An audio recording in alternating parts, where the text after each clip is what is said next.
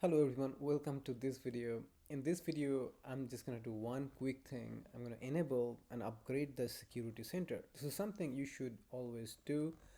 If you are trying out the Azure product, this is something is gonna be very important. Security is one of the most important thing when you move to the cloud.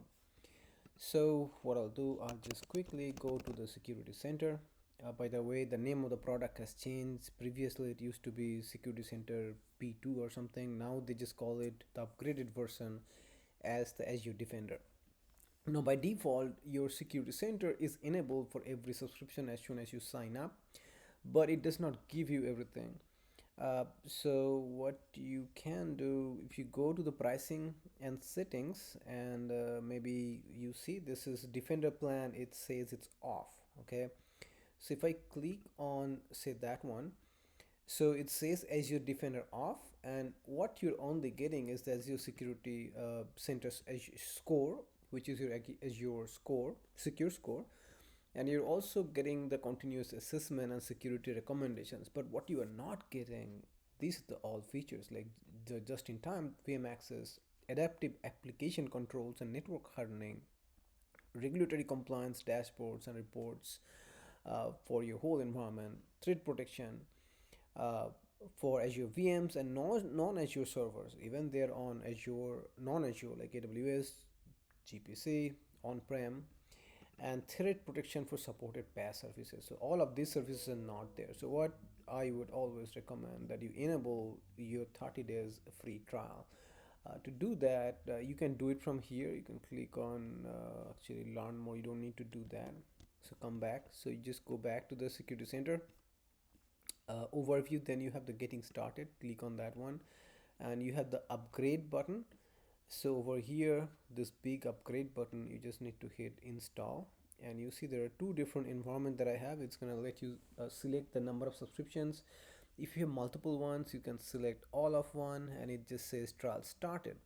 So what it's next thing, it's asking, okay, you have upgraded, but Security Center needs to have the agents installed in your virtual machines so that it can get the logs. Okay, so it can do the assessment for you.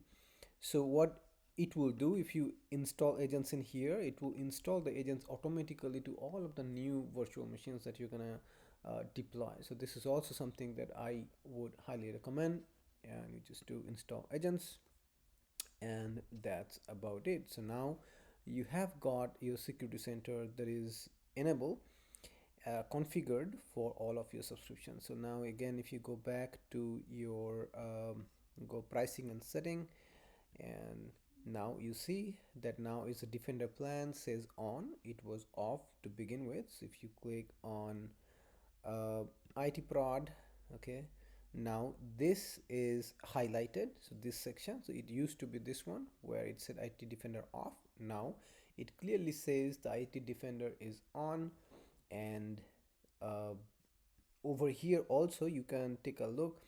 So everything is turned on at the moment. Time to time what Azure does, they will add support for more type of resources, and if you have enabled Defender in the past and after you have done this they added a new service, it will not be automatically turned on.